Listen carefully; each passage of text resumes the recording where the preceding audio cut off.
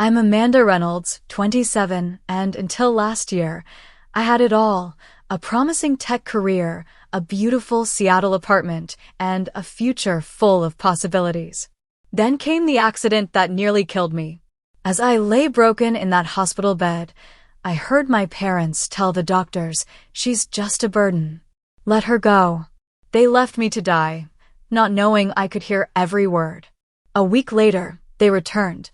Not for me, but for my grandmother's inheritance. They had no idea what I had planned.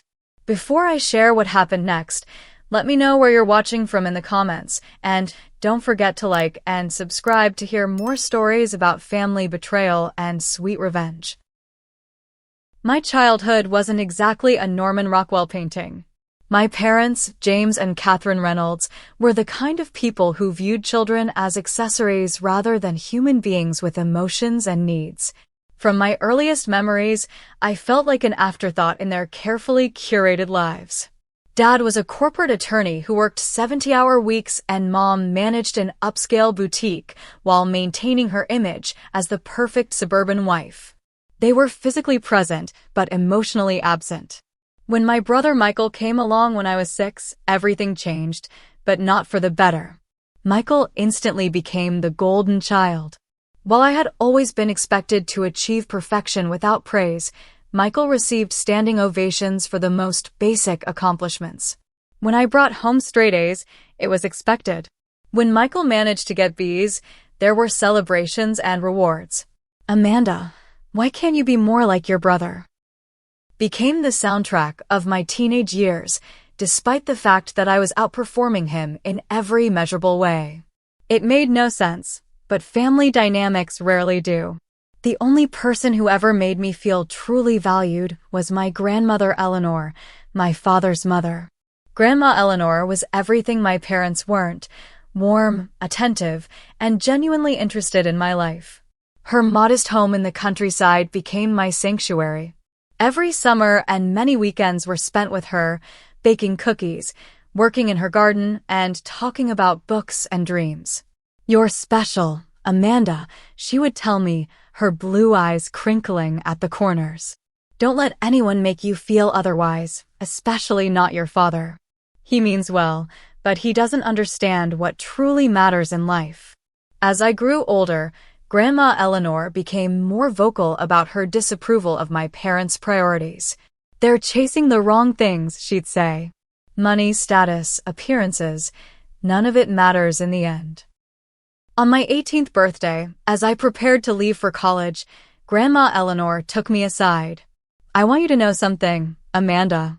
One day, what I have will be yours. I've made arrangements. Use it wisely to build the life you deserve, not the one others expect." I hugged her, not fully understanding the significance of her words. I wasn't thinking about inheritances or money. I was just grateful to have someone who believed in me. College was my first taste of true independence. I'd received a partial scholarship to Washington State University, but it wasn't enough to cover all expenses. My parents could have easily afforded to help, but they refused, saying I needed to learn responsibility. Meanwhile, they paid for Michael's full ride to a private university without hesitation. I worked 3 part-time jobs while maintaining a full course load in business administration.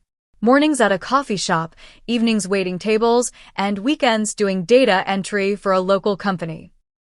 It was exhausting, but it taught me self-reliance and grit.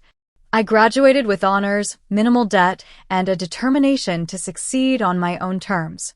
After graduation, I landed an entry-level position at Tech Future, a promising startup in Seattle developing healthcare applications.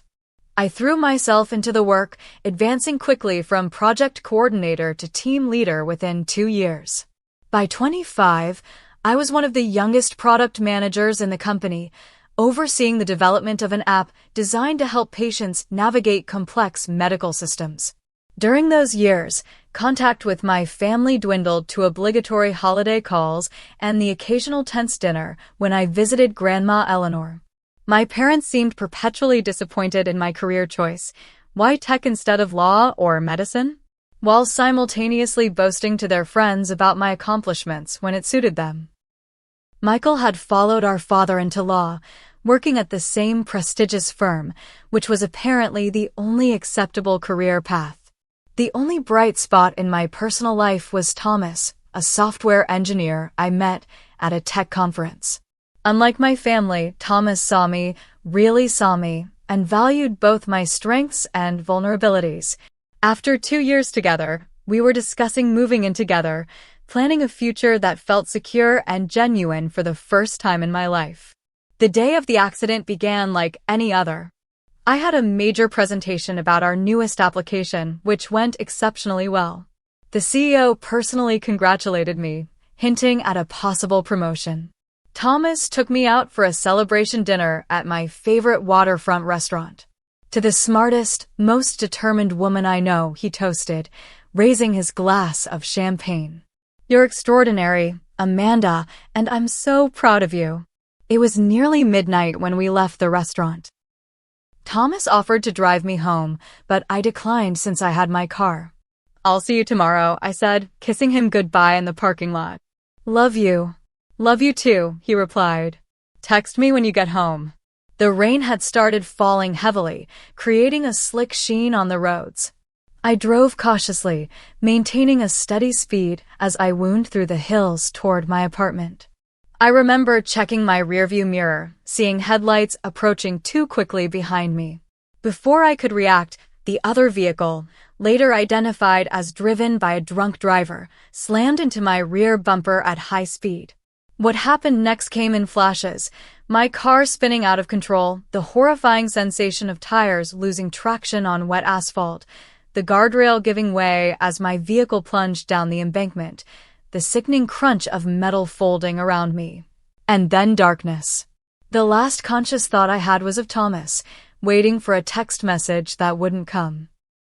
I drifted in and out of consciousness for what felt like days. Pain became my constant companion, a searing presence that enveloped every inch of my body. When I finally managed to open my eyes, the harsh fluorescent lights of the hospital room made me wince. A heart monitor beeped steadily beside me, and tubes seemed to connect me to various machines. A nurse noticed I was awake and quickly called for a doctor. Dr. William Carter introduced himself as the lead trauma surgeon who had been overseeing my care. You've been through quite an ordeal, Ms. Reynolds, he said, his voice gentle but direct. Your car went off an embankment and rolled several times. You've suffered multiple fractures, including both legs and your right arm, for broken ribs, a punctured lung, internal bleeding that required emergency surgery, and a severe concussion. You've been unconscious for 3 days.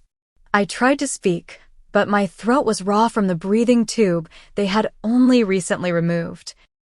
The nurse, Sarah, offered me iced chips. Thomas, I managed to whisper. Your boyfriend has been here every day, Sarah assured me. We had to force him to go home and rest a few hours ago. He'll be back soon. Dr. Carter continued explaining my condition. I would need additional surgeries to repair the damage to my legs. Recovery would be long and arduous, with months of physical therapy ahead. But I was alive, which was apparently something of a miracle given the severity of the crash. We contacted your emergency contacts when you were brought in, Dr. Carter said. Your parents were notified immediately after the accident.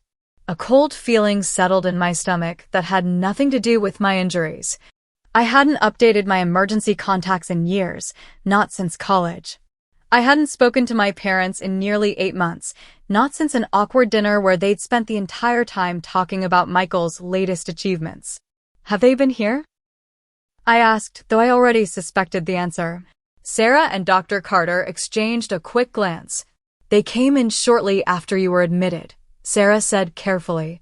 They spoke with Dr. Carter and the administrative staff. There was something they weren't telling me. Before I could press further, fatigue overwhelmed me, and I drifted back to sleep. When I woke again, it was night. The room was dimly lit, and I was alone except for the steady beeping of machines. I heard voices in the hallway, hushed but distinct. My door was partially open, and through it, I could see 2 figures speaking with Dr. Carter. My parents.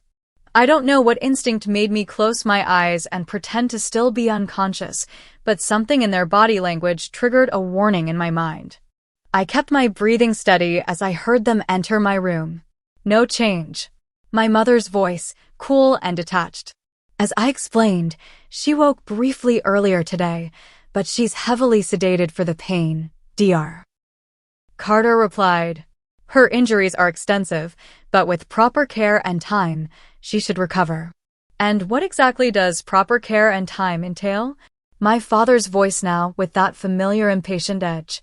Dr. Carter outlined the treatment plan, multiple surgeries, weeks in the hospital, months of rehabilitation, and significant medical expenses. As he spoke, I felt my parents' presence move closer to my bed.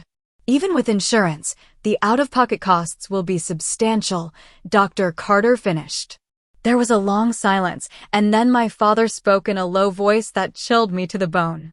Doctor, I appreciate your dedication, but let's be realistic. Amanda has always been difficult, headstrong. She cut us out of her life years ago. She's just been a burden her whole life. Just let her go. I fought to keep my breathing steady, to not reveal I was hearing every word. Mr. Reynolds, your daughter's condition, while serious, is not terminal, Dr. Carter responded, his tone noticeably cooler. With proper treatment, she has every chance of a full recovery.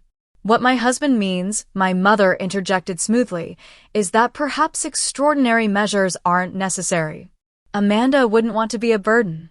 And with her grandmother's recent passing, we're dealing with enough family trauma. Grandmother Eleanor was dead? The news hit me like another car crash.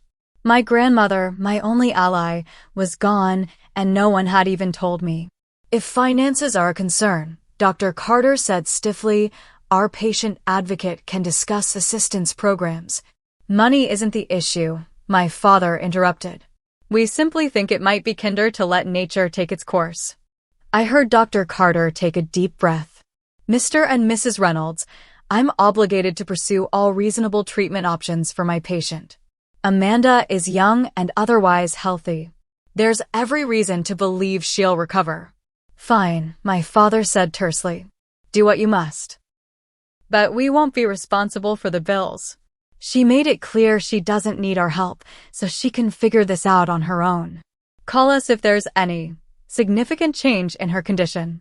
We should be going, my mother added. With Eleanor's estate matters and the funeral arrangements, we're overwhelmed. When Amanda is gone, we'll need to handle her affairs as well. They were already planning my funeral, already thinking about what possessions of mine they could claim. And what was this about Grandma Eleanor's estate? My mind raced despite the painkillers clouding my thoughts. I heard their footsteps retreating, followed by Dr. Carter's. The door closed, and I allowed myself to open my eyes, tears streaming down my face. My own parents had just suggested the doctors let me die because I was an inconvenience. Because I was a burden. I must have triggered an alarm with my elevated heart rate, because a different nurse rushed in moments later. Stephanie, according to her name badge. She saw I was awake and clearly distressed. Hey, easy there, she said, checking my monitors. You need to stay calm. Your body's been through a lot. They want me to die, I whispered, my voice breaking. My own parents. Stephanie's expression confirmed what I already knew. She had overheard at least part of the conversation. Did you hear what they said? I asked. Stephanie hesitated, then nodded. I'm so sorry. That was unprofessional of me to listen, but thank you for not pretending, I said. Everyone's always pretended everything was fine with my family. It's not fine. It's never been fine. Something in Stephanie's face softened. She pulled up a chair beside my bed. My shift just ended, but I can stay a few minutes, she said. Did you want to talk about it? And somehow, in that sterile hospital room, connected to machines that beeped and whirred, I found myself telling this stranger more about my family than I'd ever told anyone except Thomas. About growing up as the overlooked child, about Michael being the golden boy, about Grandma Eleanor being my only source of unconditional love. And now she's dead, I finished, fresh tears flowing. And they didn't even tell me. They just want me to die too, so they can, what? Claim her estate? Claim my things? Be free of the burden of having a daughter who doesn't fit their perfect image. Stephanie handed me tissues, her own eyes damp. I shouldn't say this, but those people don't deserve to be called parents. And you know what? You're not going to give them what they want. You're going to fight, recover, and show them exactly who they underestimated. In that moment, something crystallized within me. A determination unlike anything I'd felt before. I would survive, not just to spite them, but to reclaim my life and whatever Grandma Eleanor had intended for me. I need a favor, I told Stephanie. If my parents come back, don't tell them I was conscious. Don't tell them I heard everything. Let them think I'm still in critical condition. Stephanie raised an eyebrow. That would be highly unethical. I know, I admitted. But they've made it clear they're waiting for me to die so they can profit. I need time to understand what's happening with my grandmother's estate and protect myself. Stephanie was quiet for a long moment. I can't lie about your medical condition, she finally said. But patient privacy laws mean we don't have to provide details about your state of consciousness or what you remember. I'll make sure the staff knows to be discreet. It wasn't much, but it was a start. As Stephanie left, I closed my eyes again, not to sleep, but to think. My body might be broken, but my mind was clear now, focused on a single goal, survival and justice. The days that followed were a blur of pain, medication, and grueling medical procedures. I endured 2 more surgeries, one to place pins in my shattered right leg and another to address lingering internal bleeding. The physical agony was nearly unbearable, but it paled in comparison to the emotional wound left by my parents' betrayal.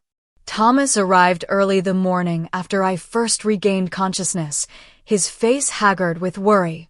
When he saw I was awake, he broke down in tears. I thought I'd lost you, he said, carefully taking my hand between his. When they called me from the hospital, they said you might not make it through the night. I told him everything. About overhearing my parents, about their callous dismissal of my life, about discovering Grandma Eleanor had died. Those monsters, he whispered, his expression shifting from shock to fury. How could they? Their own daughter. I need your help, I said, squeezing his hand weakly. I need to know what happened to my grandmother, what's in her estate, and why they're so interested in it. But I can't let them know I'm conscious and aware of what they did. Thomas nodded without hesitation. Whatever you need. I'm here. True to her word, Stephanie had spoken with the hospital staff. My official status remained critical but stable, with notes about intermittent consciousness and confusion, technically true, given the pain medication, but deliberately vague. Dr. Carter, who had clearly been disgusted by my parents' behavior, tacitly supported this approach, ensuring I received excellent care while maintaining a cautious prognosis when speaking with my family.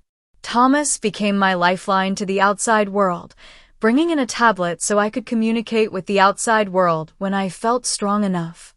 3 days after I first regained consciousness, I was able to stay awake long enough to search for information about Grandma Eleanor.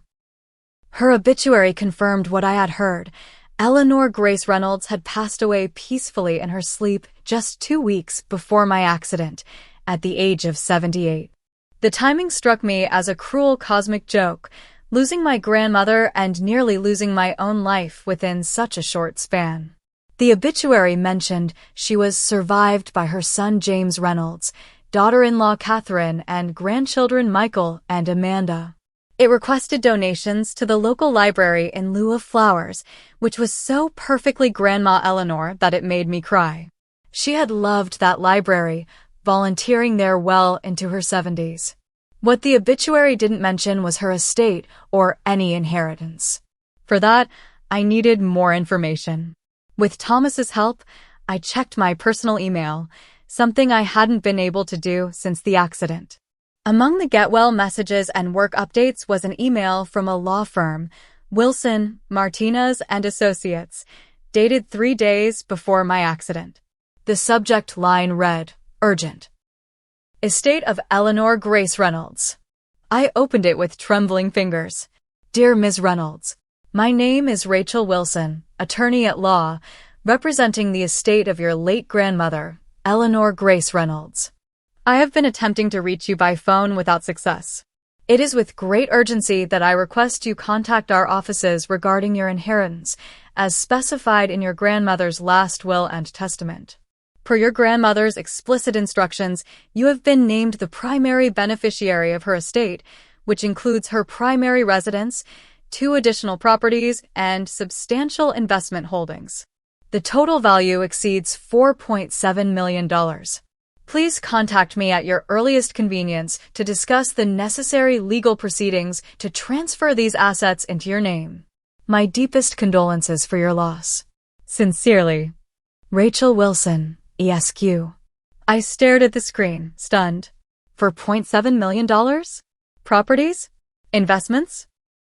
I knew Grandma Eleanor lived comfortably, but I had no idea she had accumulated such wealth. And she had left it all to me. Not to my father, not to Michael, but to me. Suddenly, my parents' behavior made perfect, horrifying sense. They must have learned about the will after Grandma Eleanor's death. They knew I stood to inherit everything, and then, by cruel coincidence, I had my accident just days later. If I died, as my father's only living child, he would likely be next in line to inherit. They hadn't come to the hospital out of parental concern. They had come to see if their inheritance problem would conveniently solve itself.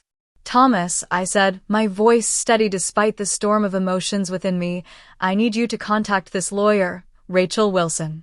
Don't tell her about the accident yet.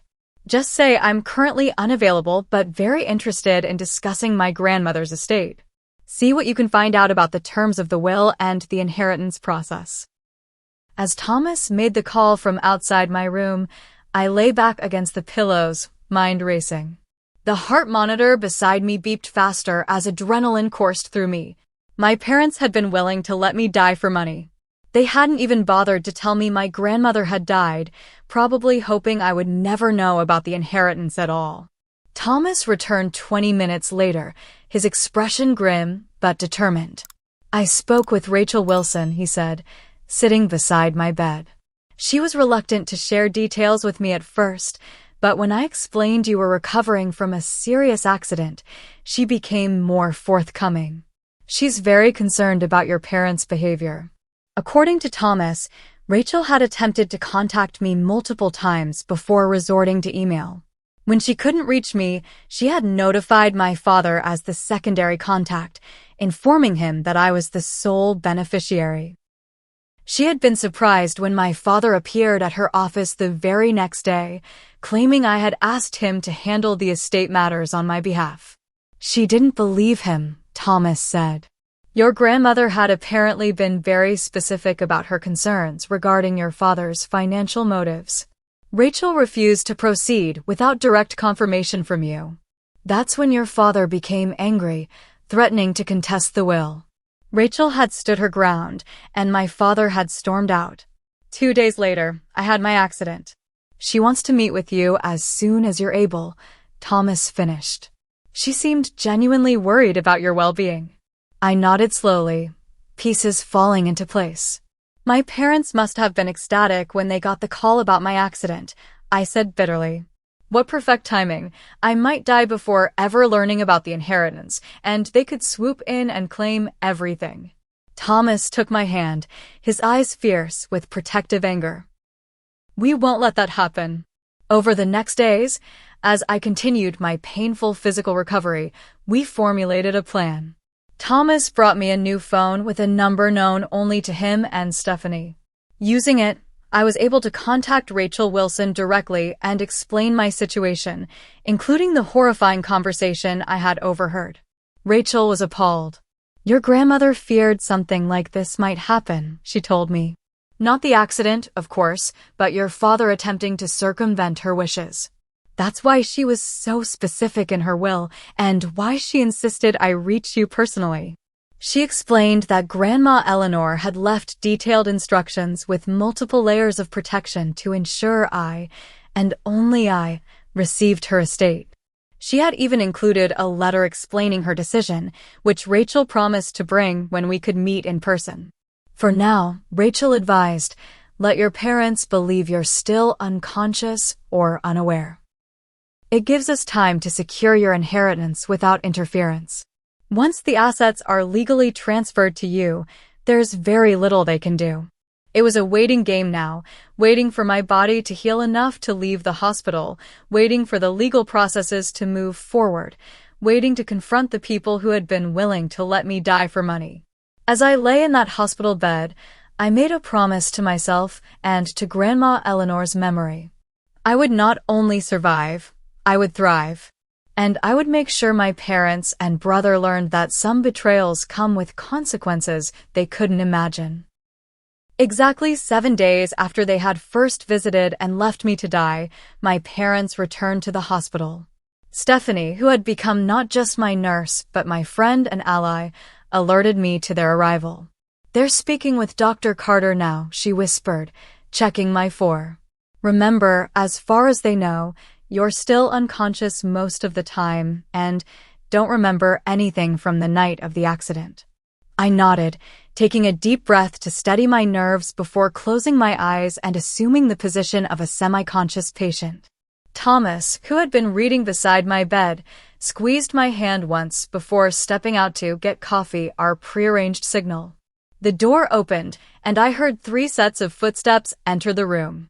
My parents and, based on the heavier tread of the third person, my brother Michael.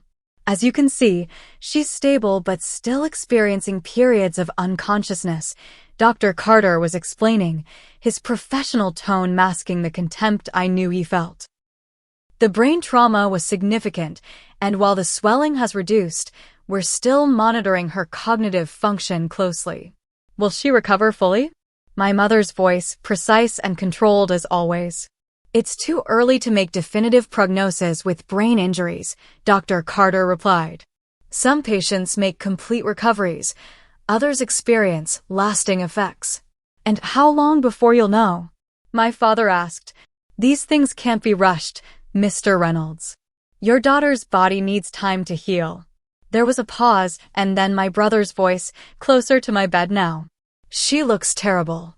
She was in a catastrophic car accident, Michael, Dr. Carter said dryly.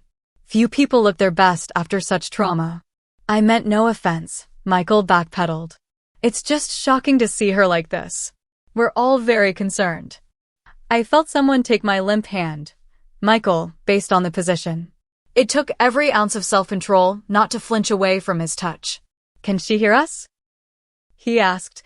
Possibly, Dr. Carter answered. Many coma patients report later that they were aware of visitors. I encourage family members to speak to their loved ones, even when they appear unresponsive.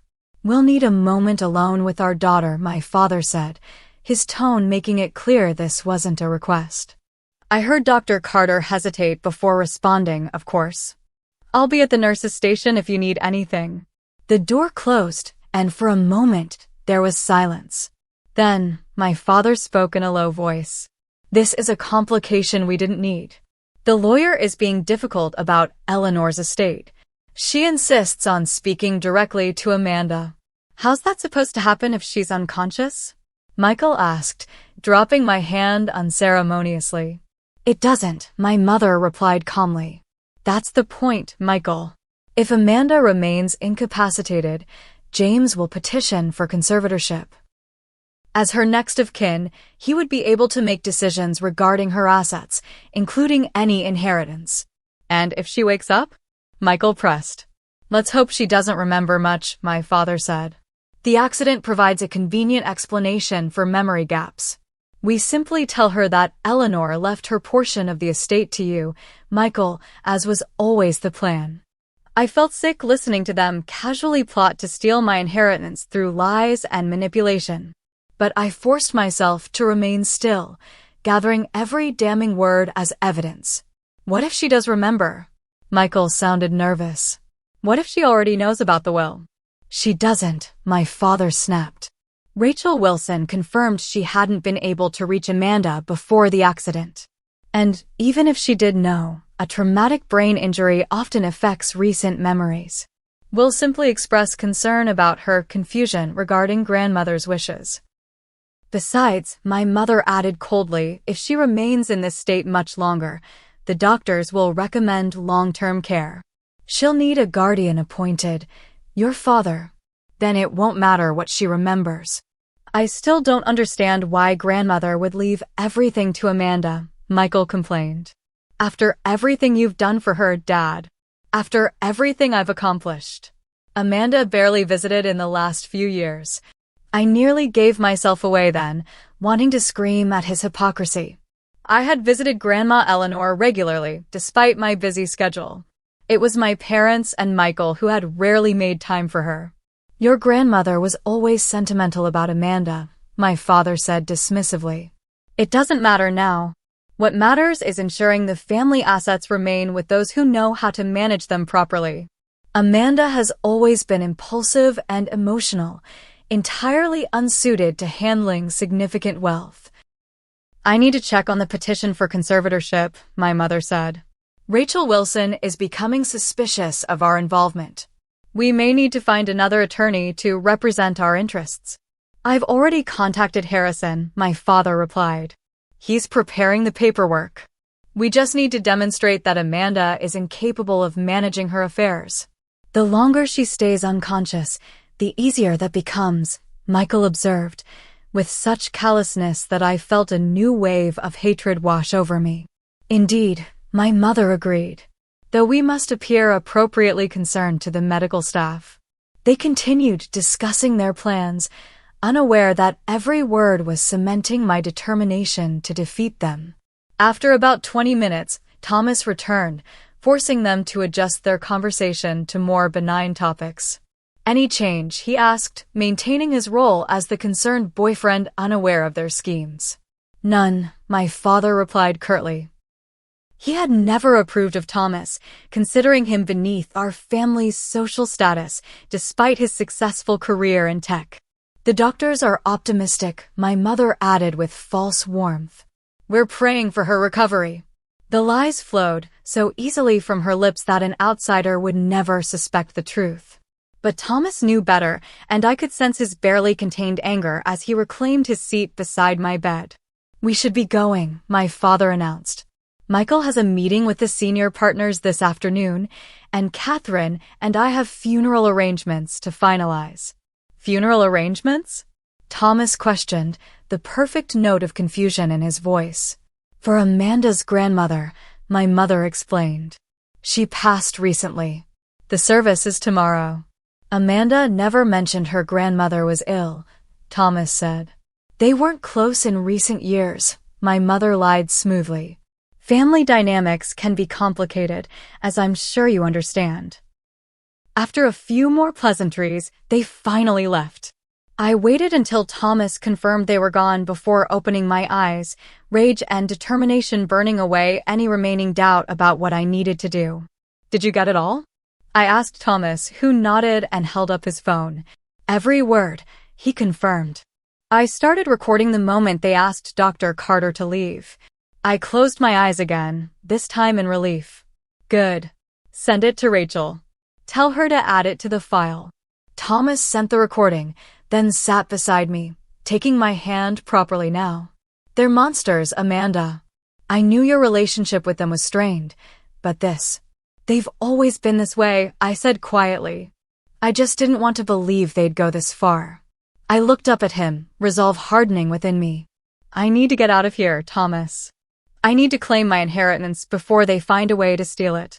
Thomas nodded, his expression grim but supportive. I'll help you. We all will. And I knew he meant it. In the darkness of betrayal, I had found true allies, Thomas, Stephanie, Dr. Carter, and Rachel Wilson. Together, we would ensure my parents and brother would face the consequences of their callous calculation that my life was worth less than my grandmother's money. Over the next 2 weeks, I threw myself into recovery with a determination that surprised even my physical therapists. Every painful step, Every grueling exercise was fueled by my resolve to escape the hospital before my parents could implement their plan for conservatorship. "I've never seen anyone push themselves this hard," remarked Marcus, my lead physical therapist, as I forced myself to stand on my healing legs for 10 seconds longer than the previous day. "I have motivation," I replied through gritted teeth. While I worked to rebuild my broken body, Thomas and Rachel Wilson worked on securing my inheritance. Rachel had moved with impressive efficiency once she understood the urgency of the situation. "Your grandmother's will is ironclad," she assured me during a covert visit to my hospital room. "She anticipated potential challenges from your father and took extraordinary legal precautions." Rachel had brought the letter Grandma Eleanor had left for me, written in her familiar, elegant handwriting that brought tears to my eyes. "My dearest Amanda, if you're reading this, I've left this world behind. Please don't mourn me too deeply. I've lived a full life, and my greatest joy was watching you grow into the remarkable woman you've become. I've made the decision to leave my estate to you, not out of any desire to create family discord, but because I see in you the values I hold most dear: integrity, compassion, and the courage to forge your own path. Your father and brother have chosen different values, prioritizing status and financial gain above all else. I fear what they might do with wealth they haven't earned. Use these resources wisely, Amanda. Not merely to enrich yourself, but to create meaning and positive change. I trust your judgment completely. With all my love, Grandma Eleanor." The letter shattered something inside me, the last lingering hope that perhaps I had misunderstood my parents, that they couldn't really be as calculating and cruel as they seemed. But Grandma Eleanor had seen their true nature clearly, long before their hospital room plotting confirmed it.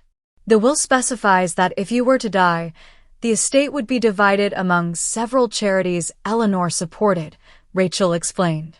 "Your father was explicitly excluded from inheritance, though she did establish a much smaller trust for Michael. Your grandmother was very clear about her wishes. No wonder my parents had been so willing to let me die. Not only would they have lost nothing if I had passed away in the accident, but they had likely assumed my father could challenge the charitable designations more easily than he could challenge my inheritance." With Rachel's guidance, I began the process of claiming my inheritance while still in the hospital.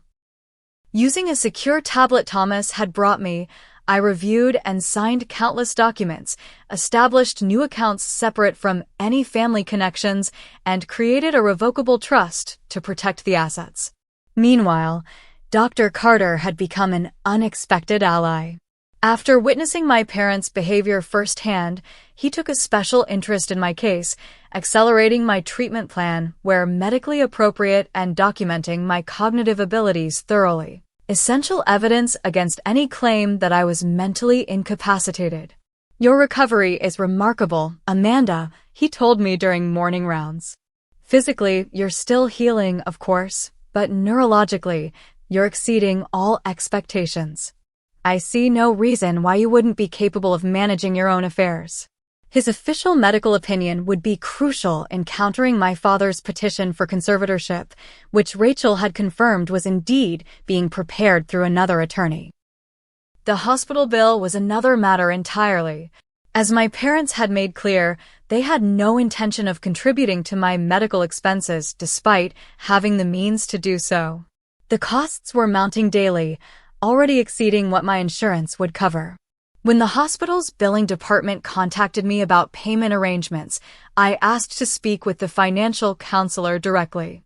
"Ms. Reynolds, I'll be honest, these expenses are substantial," said Gloria, the gray-haired financial counselor who reminded me a bit of Grandma Eleanor. "But there are assistance programs." "I'll be able to pay the bill in full," I interrupted gently. "Very soon. I just need a little more time." Gloria looked skeptical.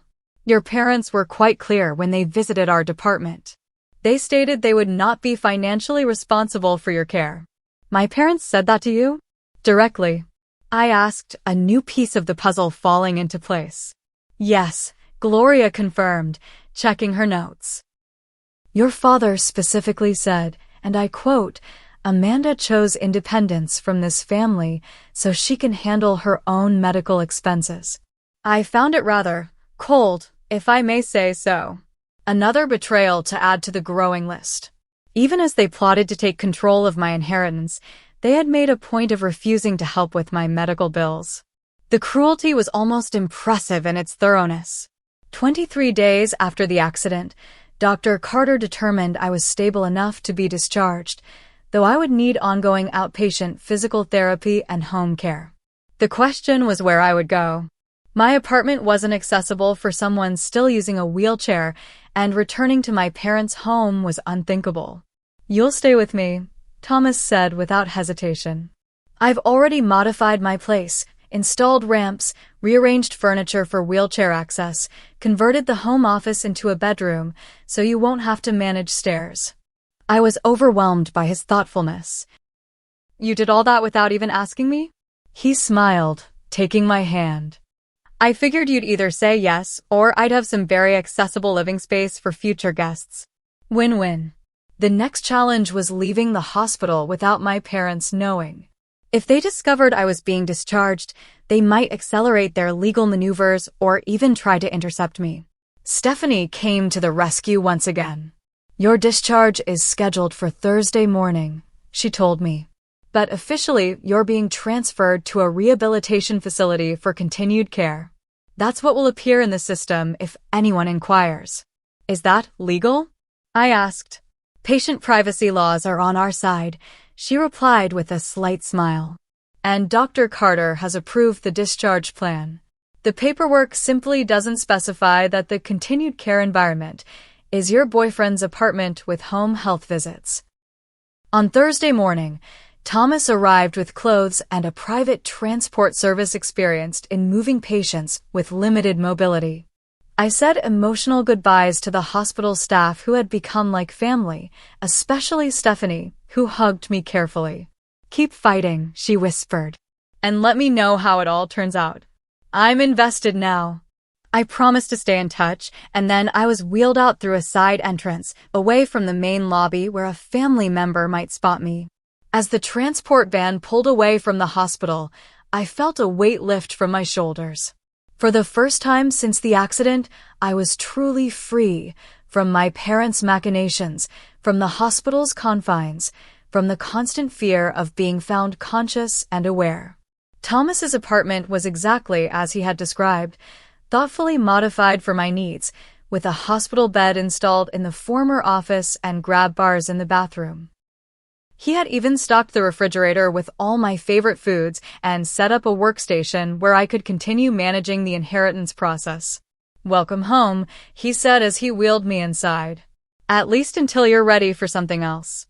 I looked up at him, this man who had stood by me through the darkest experience of my life, who had modified his home without guarantee I would stay, who had helped me outmaneuver my own family's betrayal. "Thank you," I said, the words wholly inadequate for the depth of my gratitude. "For everything." He knelt beside the wheelchair, bringing his face level with mine. "You would have done the same for me. That's what real family does." Real family. Not the people who share your blood, but the people who prove their love through actions, not just words. Thomas, Stephanie, Dr. Carter, even Rachel Wilson, they had shown me more genuine care than my biological family ever had. As I settled into my temporary home, I knew the fight was far from over. My parents still believed I was incapacitated in a rehabilitation facility. They were still pursuing conservatorship. They still expected to control my grandmother's estate. But now I was outside their reach, growing stronger every day, with Grandma Eleanor's resources at my disposal and true allies at my side. It was time to prepare for the final confrontation, the moment when they would discover just how catastrophically their plans had failed. With each passing day, my strength returned incrementally. Physical therapy sessions left me exhausted but satisfied as I progressed from wheelchair to walker to cane. Meanwhile, Rachel Wilson worked tirelessly to finalize the transfer of Grandma Eleanor's estate into my name. "We've completed the property transfers," Rachel reported during one of her regular visits to Thomas's apartment. The main residence, the lake house, and the condo in Florida are now legally yours. The investment accounts are next, but those are more complex due to the size of the holdings. I nodded, reviewing the paperwork spread across the dining table that had become my command center. What about my father's petition for conservatorship? Judge Williams has scheduled a hearing for next month, Rachel replied. But with Dr. Carter's comprehensive neurological assessment and my documentation of your active involvement in managing the estate transfer, their case is extremely weak. Still, your father has considerable influence in certain legal circles, so we can't take anything for granted. I tapped my fingers thoughtfully against my teacup. I don't want to wait for the hearing. I want to end this on my terms, not theirs. Rachel raised an eyebrow. What did you have in mind? I want to sell everything, I said decisively. The houses, the investments, all of it. Convert it all to cash as quickly as possible. Thomas looked up from his laptop, surprised. All of it? Even the main house? I thought you loved that place. I did love Grandma Eleanor's house, with its wraparound porch and library full of well-loved books. But I loved my freedom more. As long as those properties exist, my parents will keep trying to claim them, I explained. They'll challenge the will, drag me through court, make my life miserable for years. I want clean breaks, from the properties and from them. Rachel considered this, then nodded slowly. It's unusual but entirely within your rights. Selling quickly might mean accepting slightly lower offers, but with properties of this value, that's still substantial returns. Do it, I said firmly. And one more thing. I want to donate part of the proceeds to the hospital that saved my life, specifically to cover care for patients whose families have abandoned them. Rachel smiled, the first time I'd seen her professional demeanor crack. Eleanor would have approved of that. Wholeheartedly. Over the next 3 weeks, Rachel orchestrated a remarkably efficient liquidation of my inheritance. The main house sold first to a young tech executive who offered cash and a quick closing. The lake house and Florida condo followed shortly after. The investment holdings took longer to liquidate responsibly, but Rachel assembled a team of financial advisors who maximized returns while minimizing tax implications. When the final transfers were complete, I found myself with a staggering $4.3 million in secured accounts, slightly less than the estate's total value due to the expedited sales and associated fees, but still an amount that ensured my financial independence for life. My first act was to pay my hospital bill in full, $387,000 that my parents had refused to help with.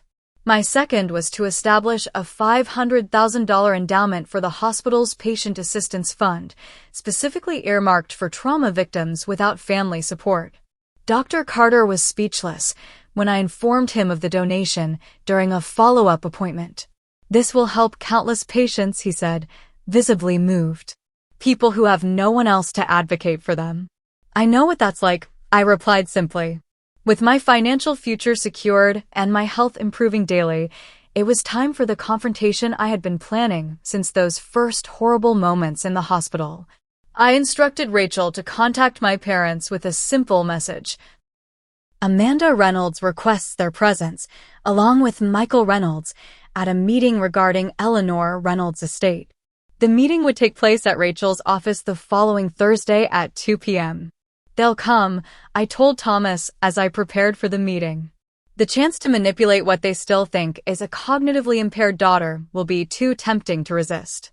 Thomas watched me apply makeup that concealed the lingering scar on my forehead, a reminder of the accident that had changed everything. Are you nervous?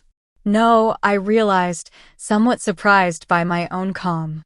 For the first time in my life, I'm facing my family with absolute clarity about who they are and who I am. It's actually liberating.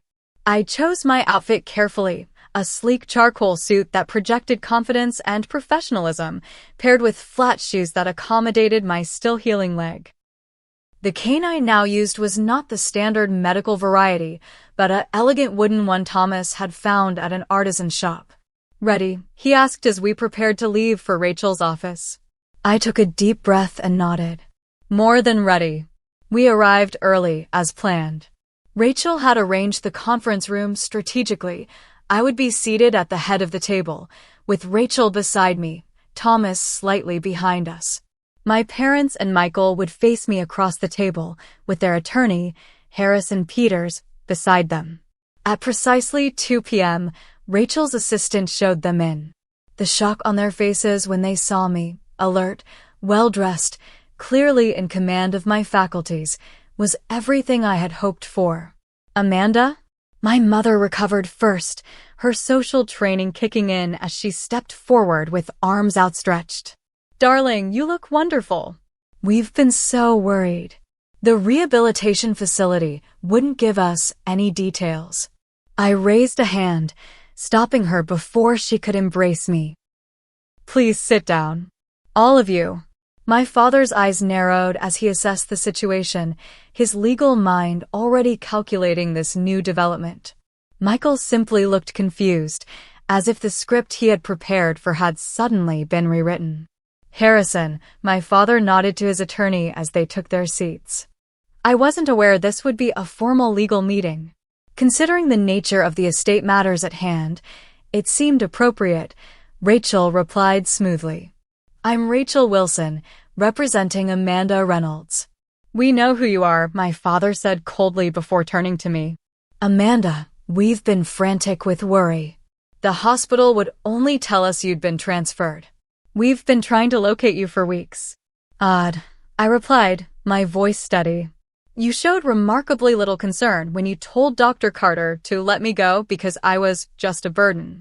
The color drained from my mother's face. My father's expression hardened. You were unconscious, he said flatly. You couldn't have heard that.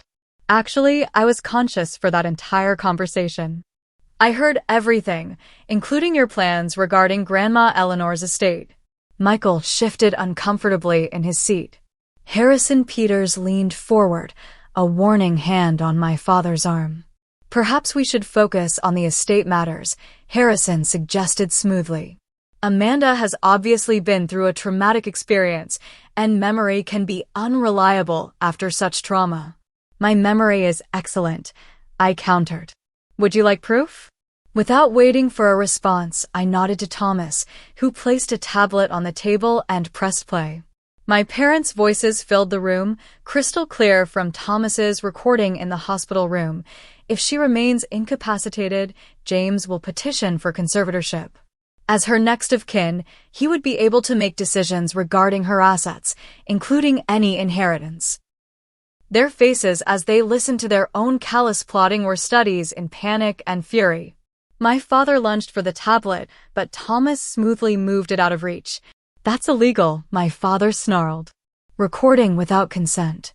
Actually, Rachel interjected, Ohio is a one-party consent state for recordings. Since Thomas was present in the room with your knowledge, the recording is perfectly legal. We have several others, if you'd like to hear them. What is this? My mother demanded, her perfect composure cracking. Some kind of blackmail? I leaned forward, meeting her gaze directly. This is a courtesy meeting to inform you of several facts. First, I am fully aware of Grandma Eleanor's will and her intentions. Second, I have been declared medically competent to manage my own affairs, rendering your petition for conservatorship moot. And third, I have already claimed my entire inheritance. That's impossible, my father scoffed. The estate transfer requires court approval, which hasn't been granted yet. Rachel smiled thinly. The court approved the transfer 3 weeks ago, Mr. Reynolds. The delay in notifying you was administrative. My father turned to me, his expression darkening. What have you done, Amanda? I've sold everything, I replied calmly. The main house, the lake property, the Florida condo. All the investments have been liquidated. Everything has been converted to cash and secured in accounts you cannot access. The silence that followed was deafening. My mother's hand flew to her throat in shock. Michael stared at me as if seeing me for the first time.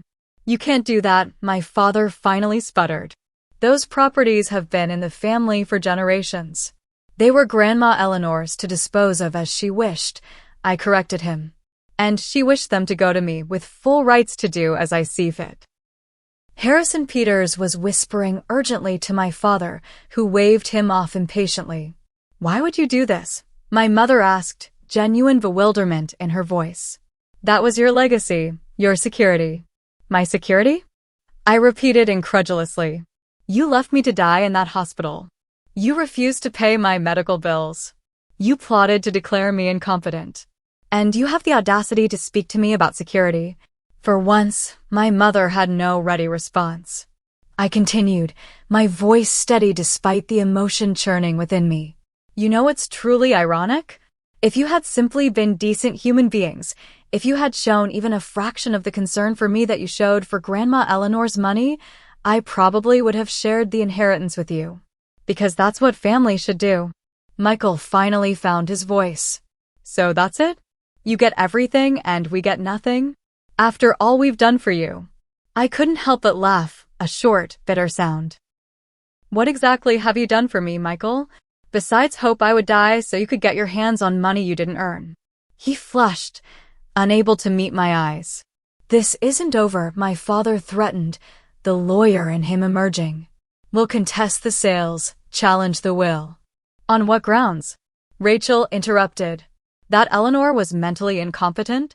Her doctor and lawyer will testify otherwise. That Amanda was coerced? The will was created years before the accident. That you, as her son, deserve a share? Eleanor specifically excluded you with detailed reasoning. My father's jaw worked silently as he processed the thoroughness of his defeat. I have one final matter to address, I said, pulling a manila envelope from my briefcase and sliding it across the table. These are copies of the recordings, Dr. Carter's notes about your hospital visit, and statements from multiple hospital staff regarding your behavior. If you pursue any legal action against me or attempt to contact me again, these will be made public. I'm sure your law firm and social circle would find them fascinating. My mother blanched at the threat to their carefully cultivated reputation. My father's face contorted with rage. You would blackmail your own family, he demanded. No, I replied, rising from my chair, leaning slightly on my cane. I would protect myself from people who have proven they don't deserve to be called family. There's a difference. I moved toward the door, then paused, turning back to face them one last time. I don't hate you, I said, surprising even myself with the realization. I pity you. All the money and status you've chased has left you with nothing that truly matters. Grandma Eleanor understood that. Now so do I. Without waiting for their response, I walked out of the conference room, Thomas at my side. As the door closed behind us, I heard my mother begin to sob and my father's voice raised in anger, but the sounds grew fainter with each step I took away from them, until finally, there was only silence. Outside, in the bright autumn sunshine, I took a deep breath of freedom. That's it, then, I said quietly. It's really over. Thomas took my hand, his touch grounding me in the present moment. Not over, he corrected gently. Just beginning. And as we walked away from the last remnants of my toxic family ties, I knew he was right. This wasn't an ending. It was the first day of a life truly my own.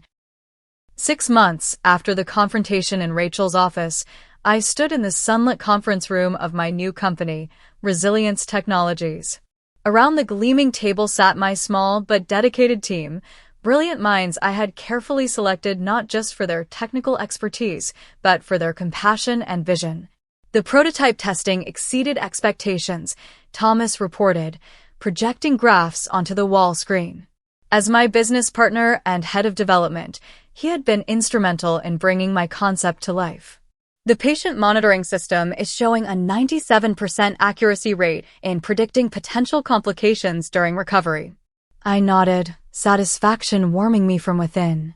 The technology we were developing, a sophisticated system to monitor trauma patients and alert medical staff to subtle changes in condition, had grown directly from my own experience. If such a system had existed during my hospital stay, my parents' neglect might have been documented even without Stephanie's intervention. What about cost? I asked. Remember, Our goal is to make this accessible to every hospital, not just the elite facilities. We're working on it, Lisa Chen, our operations director, assured me. The manufacturing scale is the key challenge, but with the new partnership with MedTech Industries, we should be able to reduce unit cost by nearly 40%. After the meeting concluded, Thomas lingered as the others filed out. "You realize what day it is?" he asked. I smiled, nodding. 1 year since the accident.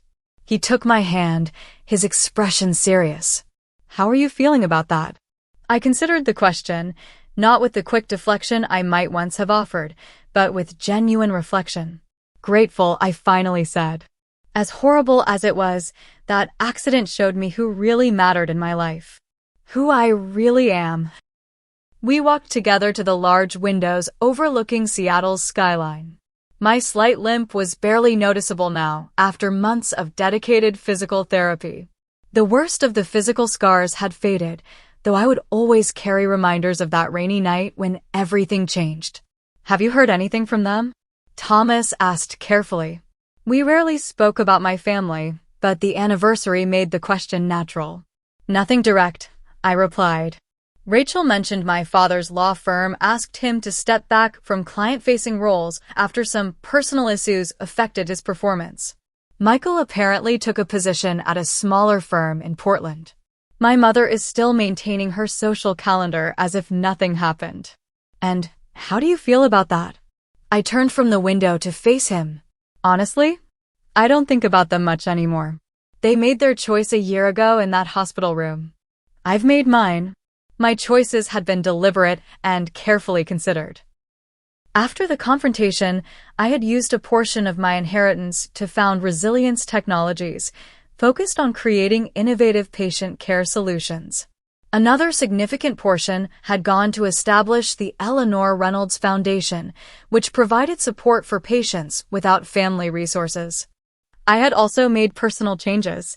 I'd moved from my pre-accident apartment into a house on the outskirts of the city, not as grand as Grandma Eleanor's old place, but warm and welcoming, with a garden I tended myself and a library filled with books she would have loved. Thomas and I had navigated the transition from boyfriend to business partner with surprising ease, our relationship deepening through shared purpose and mutual respect. The traumatic events we had weathered together had forged a bond stronger than many couples achieve in decades. Stephanie texted earlier, I mentioned as we walked back to my office. "She's been promoted to head nurse in the trauma unit." "That's fantastic." Thomas exclaimed. "We should send flowers." "Already arranged," I smiled. "And I've invited her to the Foundation's gala next month. Dr. Carter, too." My office reflected the woman I had become. Photographs of new friends and chosen family adorned the walls, alongside framed press clippings about the Foundation's work. On my desk sat a single framed photo of Grandma Eleanor, her eyes twinkling with the wisdom that had seen the truth of her family long before I had. Beside it lay a journal where I occasionally recorded thoughts about my journey. That morning, I had written, "A year ago today, I learned that family isn't defined by blood, but by love. I learned that trauma can destroy you or transform you. The choice is ultimately yours. And I learned that revenge isn't about hurting those who hurt you.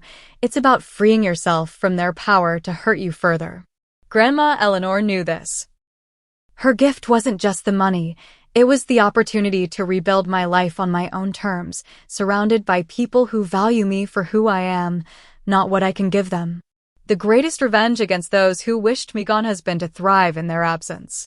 Later that evening, I hosted a small gathering at my home. Thomas, Stephanie and her husband, Dr. Carter and his wife, Rachel Wilson, and a few close friends I'd made since the accident. As we shared a meal in my dining room, laughter flowing as freely as the wine, I looked around at these people who had become my true family. "I'd like to propose a toast," I said, rising from my chair with a grace that belied the titanium pins still holding parts of me together. "To unexpected blessings." A year ago, I thought I had lost everything. Instead, I found what truly matters. Glasses clinked around the table, and in that moment of connection, I felt Grandma Eleanor's presence as surely as if she sat among us, nodding her approval. After my guests departed, I stood on my back porch, gazing at the stars scattered across the clear night sky.